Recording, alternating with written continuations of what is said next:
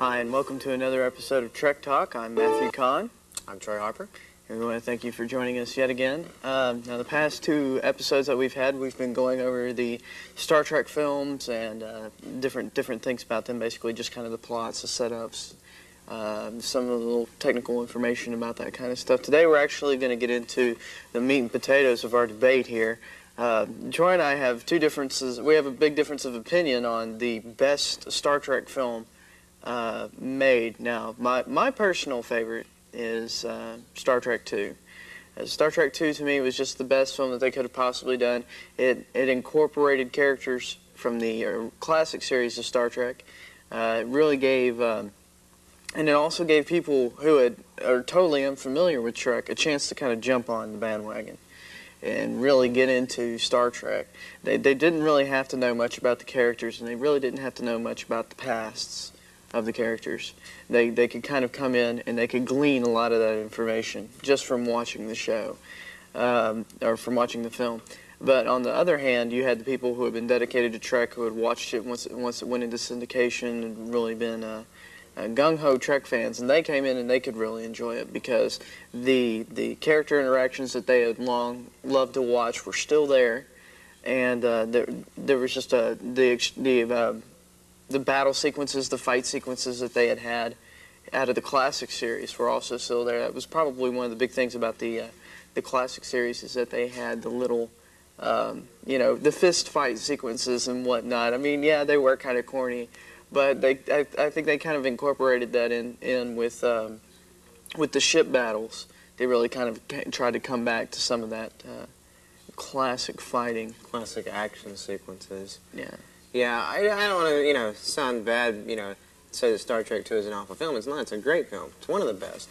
But I personally think that First Contact with the Next Generation crew is probably the best film, my personal opinion.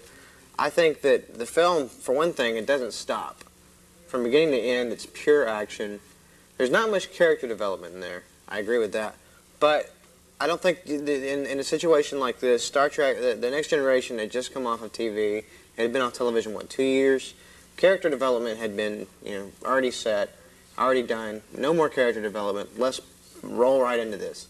And they did. The film goes straight through, beginning to end, straight action.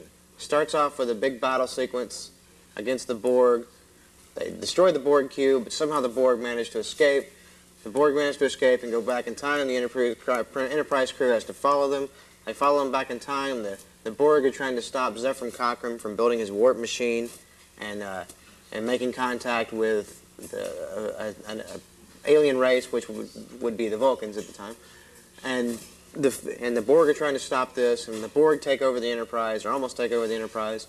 And the Enterprise crew has to stop them, as well as get Zefram Cochrane to launch his warp ship. It's a beautifully done film. Jonathan Frakes directs it. Action sequences are great. It's one of the best. I think that there's no topping it as far as content and action, everything else. It's just there, all of it. It's all there. It's all there. I agree with you to a point too.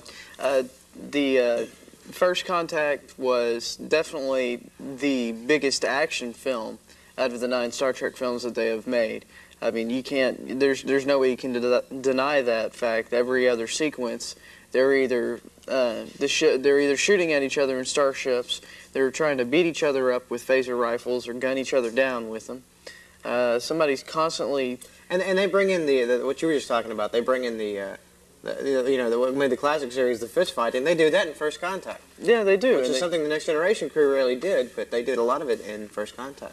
Right. Well, I mean, the Next Generation crew, that was kind of a standard staple of the classic series. If you go back and you watch the classic series of Star Trek, that was one thing that everybody expected to see. Mm-hmm. In just about every episode that you watch, Kirk, or occasionally, sometimes it would be one of the other crew members, Chekhov or Scotty, more than likely if it wasn't Kirk, we're going to get into some kind of knockdown, drag-out fight with either another crew member or an alien race. That's one of the classic fight scenes out of classic Trek is Trouble with Tribbles, when Scotty and Chekhov get into this huge fight with the Klingons. And Kirk was always picking fights with just about everybody, and Scotty pretty much was too. Yeah, but Scotty got in trouble for his fight. That's true. That's true. Scotty would always Kirk came down on Scotty for his fighting, but Kirk, you got in a fight every episode. How do you come down on Scotty for that? That's just wrong. I never could make sense out of that myself. I have no clue. However, I mean that was just that was just a standard thing to see in classic Trek. Just to see them, get out there and, go after it. But when we get into the next generation, we really don't see as much of that. No, you don't. We really don't. They did more. They did more of the adventure thing. They tended to be a little bit more of a pacifist ideal. They had more of a pacifist ideal. Most of their battles too took place like some kind of an old pirate conflict or something like that. Everything stayed on the ships. Occasionally you'd have somebody beam over and take over your ship or try to take over your ship and whatnot. But most of the time, it just stayed between the ships. And in Star Trek 2, that's what's happening. You see that, like you said, the conflict mostly stays on the ship. There's rarely any interaction. In First Contact, Borg all over the place. Crew's got to stop them. What else we got to do? Our phasers don't work on them. Let's start punching them. True. Even Worf with his not the bath lift, but the little his blade. His little blade. Realizing that his phasers won't do any good, he pulls the blade out and just starts beating the hell out of Borg. It's great. And I can't disagree with you, but I think probably the reason why, to me, Star Trek 2 is a little bit bigger is because whenever the concept of these starships was first really brought into play, as far as Roddenberry, they've got the ships weren't like you would. I mean, previously before Star Trek, you'd watch most science fiction films. Your starships were either these cone rocket shaped, ridiculous looking little things with fins coming off of them, saucer shaped, saucer shaped things. So it was kind of interesting to actually have a ship that actually looked like it could, go through space. Yeah, I think that was kind of some of the inspiration behind 2001 with the modelers who designed the Odyssey for 2001, is they actually took a look at Star Trek and said, well, this ship, it's not a flying saucer. It has different parts to it, and it looks functional. Well, the thing about it is that, and this is before the day of Star Wars, where the ships went down to one-man or two-man fighter ships. This is before that day and age. The starships were these huge, enormous, you could hold 1,000 people in a starship. Right. It was enormous, and they're basically the equivalent of battleships. And I think that's really what they were trying to play up in Star Trek 2, because we've seen a lot of fist fighting, and we've seen a lot of duels and phaser battles, between people. But you really didn't see much interaction between vessels. You go through a lot of the classic series, and occasionally you'll have one like the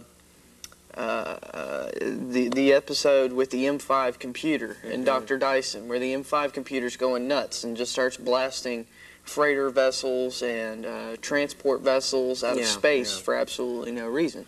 Well, I think part of the reason that you didn't see a whole lot of that on Trek was because, on the classic series, was because they didn't have the visual effects abilities that they had by the time they got to the 1980s and Star Trek 2 and whatnot. No, definitely. And that's probably why it was presented in Star Trek 2. Definitely.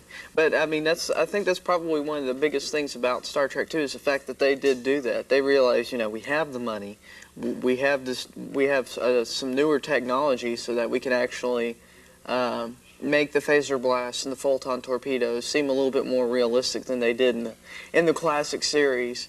They had better sound, they had better special effects. They could make the battle more realistic, and I think it was a good move for them to actually move it from a hand-to-hand fist fight into this huge battle. And who better to get to captain the enemy vessel than Khan, because he had been wanting to fight Kirk head-to-head in a starship battle of that magnitude ever since Khan first got out of cryogenic freeze. Mm.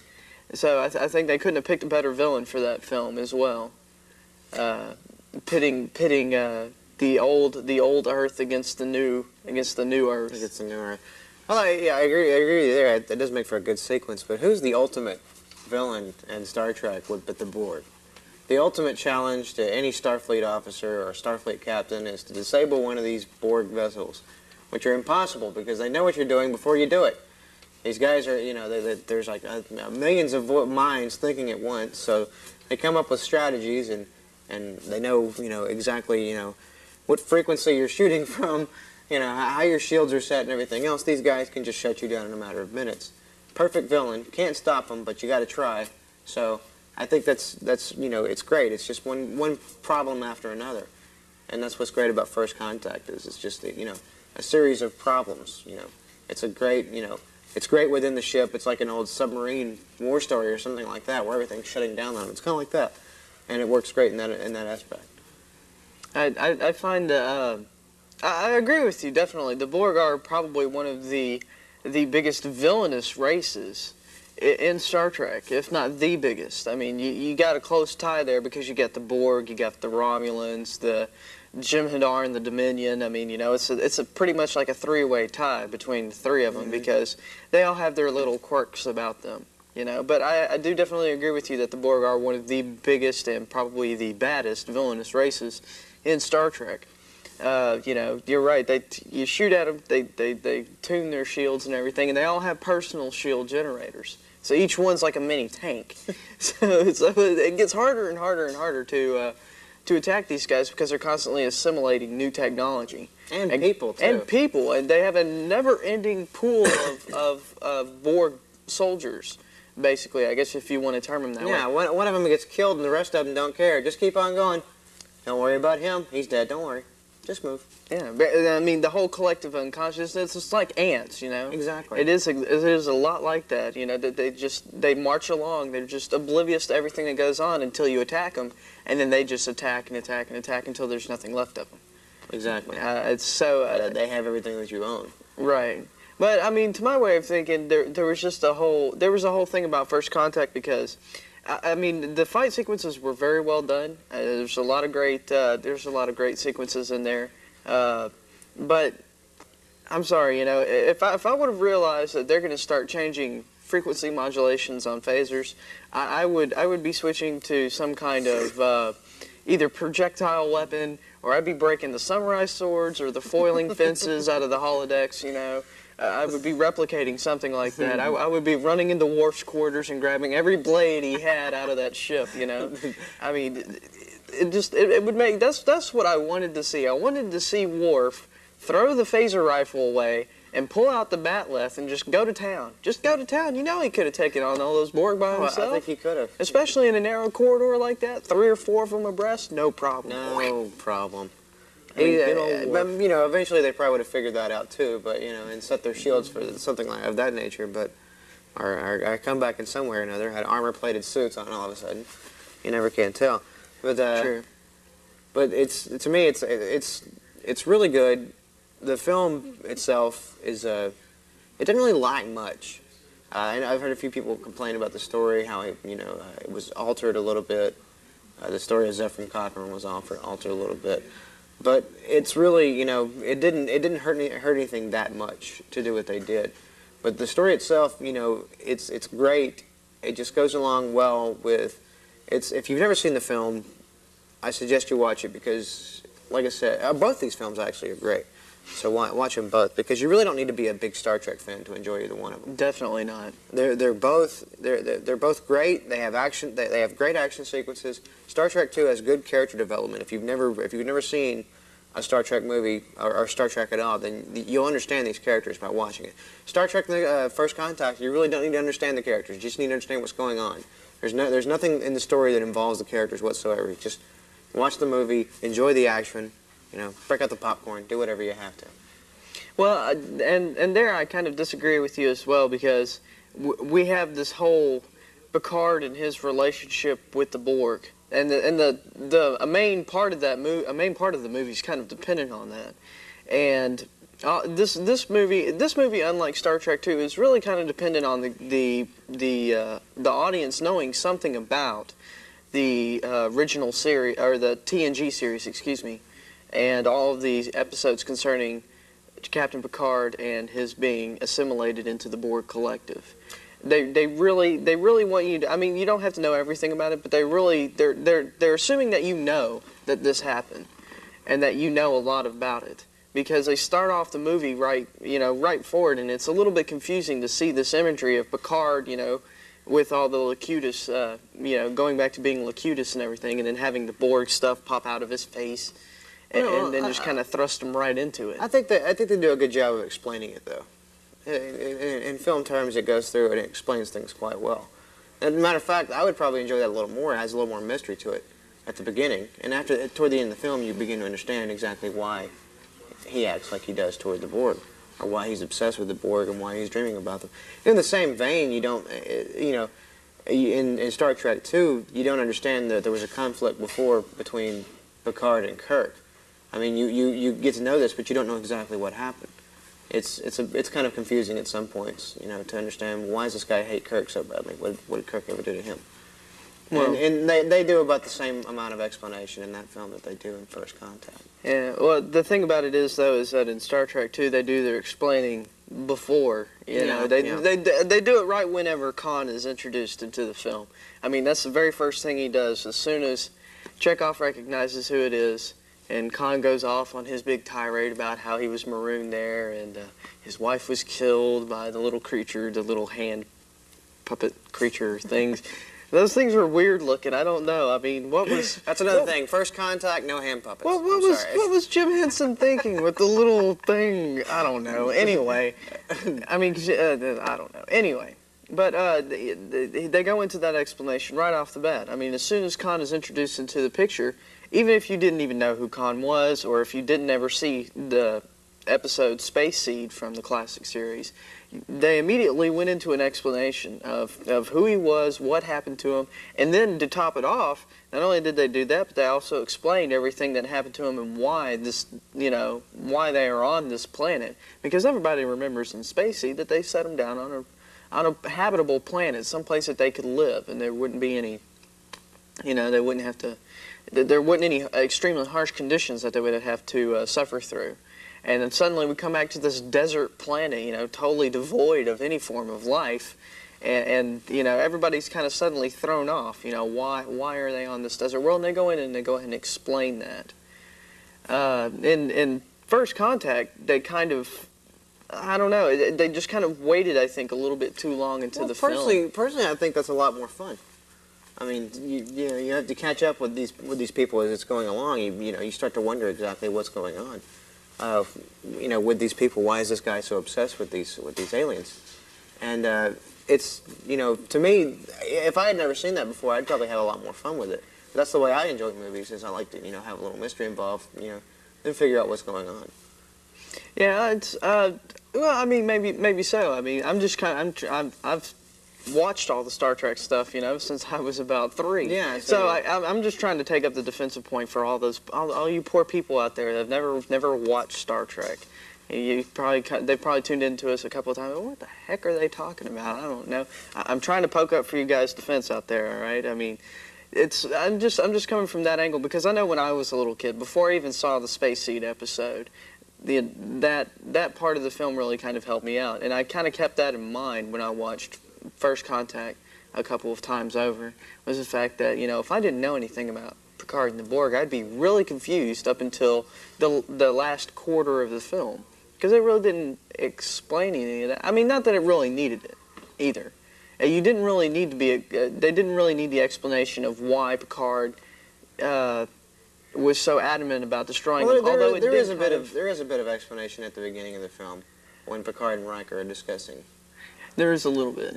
Exactly why he's being kept out of the battle with the Borg. Right. And so there is a little bit of a discussion, so you know something's up in his mind as you're watching that. That's true, but they don't really. They don't elaborate on it until later in the film. I think they should have elaborated a little bit more about the whole thing, because it is a bit of character development. I mean, the only characters that really develop in this film are Picard, Data, and Lily. Mm-hmm. Those are the only three characters that really develop in this film.